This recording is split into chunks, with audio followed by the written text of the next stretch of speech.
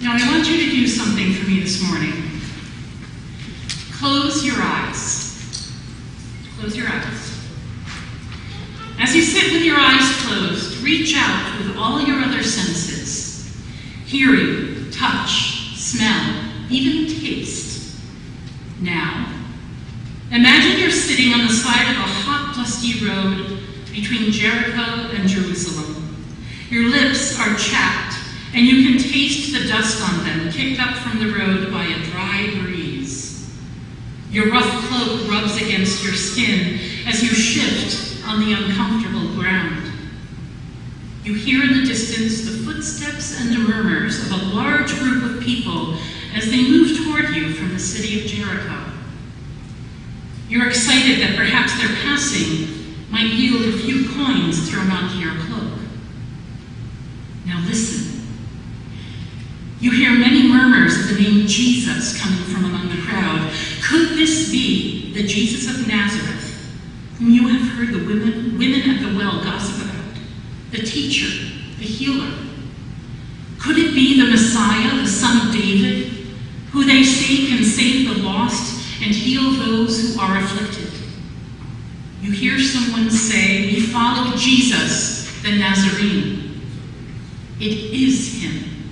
He is here.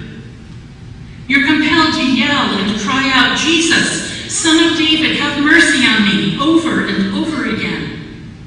Many among the crowd tell you to be quiet, that the rabbi will not throw you any coins. But you persist until you hear the crowd quiet down, and a man's voice says, "Call him here."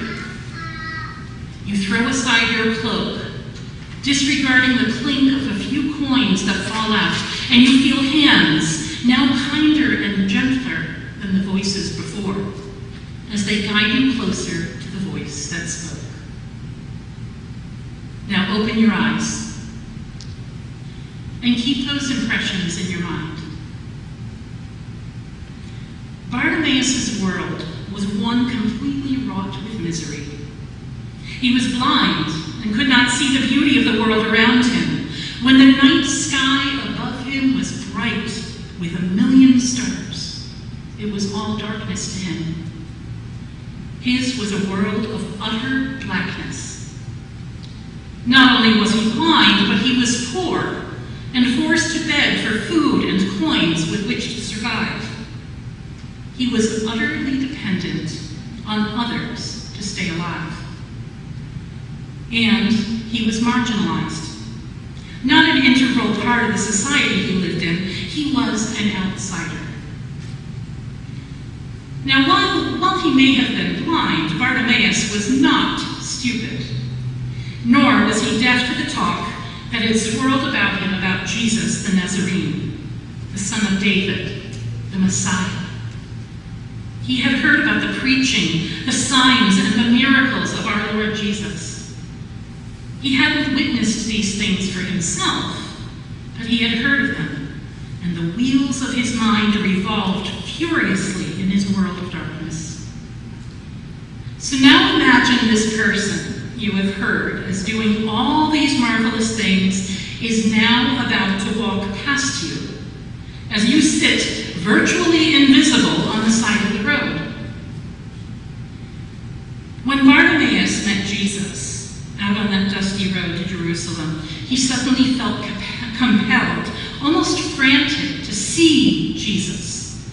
He threw aside his cloak, one of his only possessions that functioned as his bed, protected him from the elements, and served as his collection plate. He threw it aside with no regard for its loss or the loss of the precious coins it held. With the help of the sighted around him, he made his way to the side of Jesus. He received the gift of his sight and gazed on the eyes of the man before him.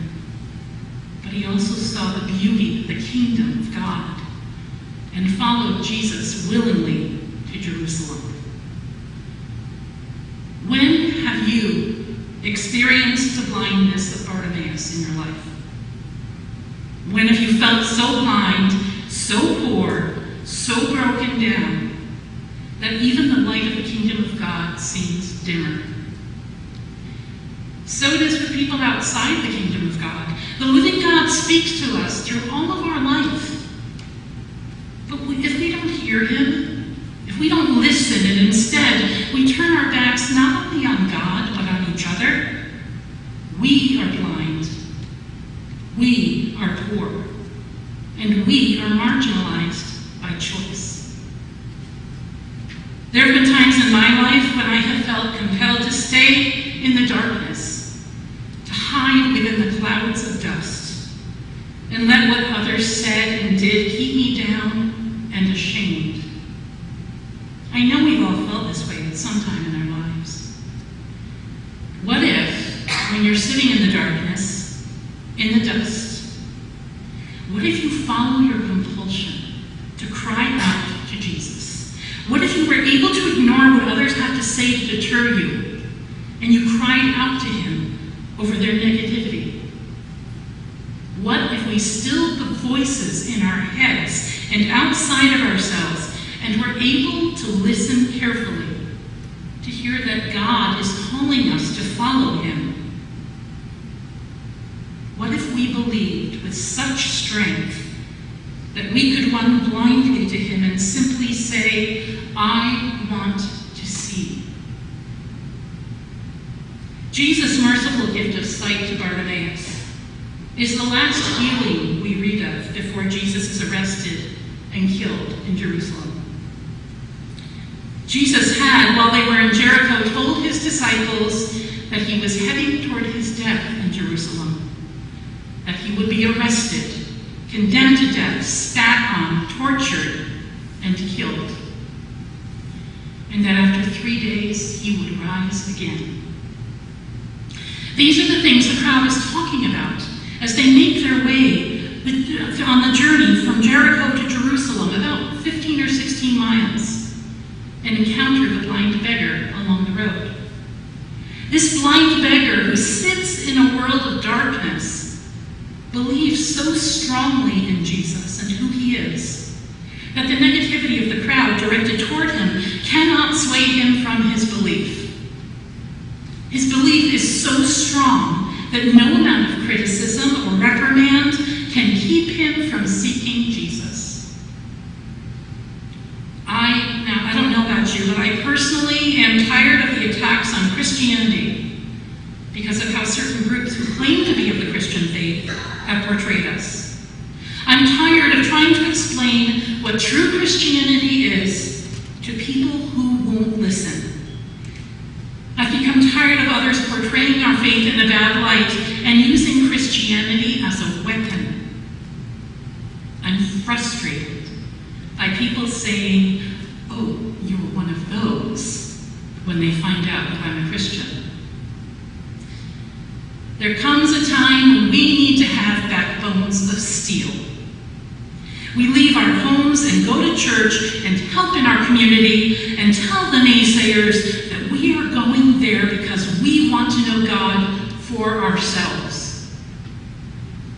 What if we were able to not care what others think? What if we were able to focus only on Jesus, to see him through the darkness of our lives as our Messiah, he whom God has promised, and believe, as Bartimaeus did, with a tenacious faith? For every person sitting in his or her own personal darkness, for each of us who feels blind and cut off, for all of us who are sitting in the dirt beside the road to Jerusalem, who suffer from spiritual blindness, 4 simple words should be our prayer.